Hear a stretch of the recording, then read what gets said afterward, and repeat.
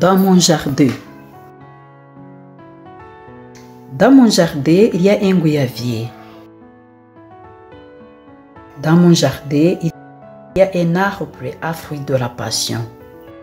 Dans mon jardin, il y a un oranger. Dans mon jardin, il y a un pommier. Dans mon jardin, il y a un citronnier. Dans mon jardin, il y a un manguier. J'aime beaucoup les fruits. Question. Où sont les arbres? Quel est ton fruit préféré? Dessine ton fruit préféré. Combien y a-t-il de pommiers dans le jardin? Combien y a-t-il d'orangers dans le jardin?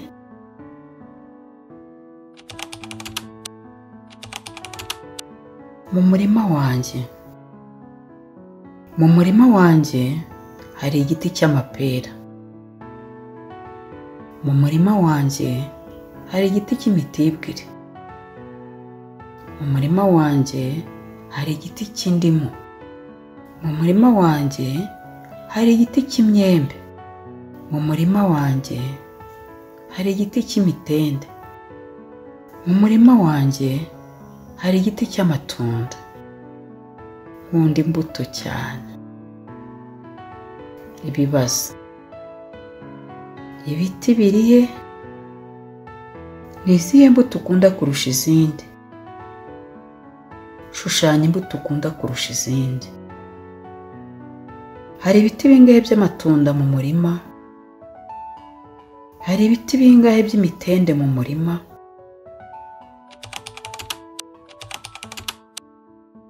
In my garden,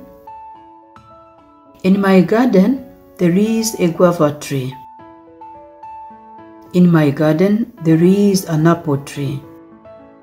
In my garden, there is a lemon tree. In my garden, there is a mango tree. In my garden, there is an orange tree. In my garden, there is a passion fruit tree. I like fruits. Questions. Where are the trees? What is your favorite fruit? Draw your favorite fruit. How many apple trees are in the garden? How many orange trees are in the garden?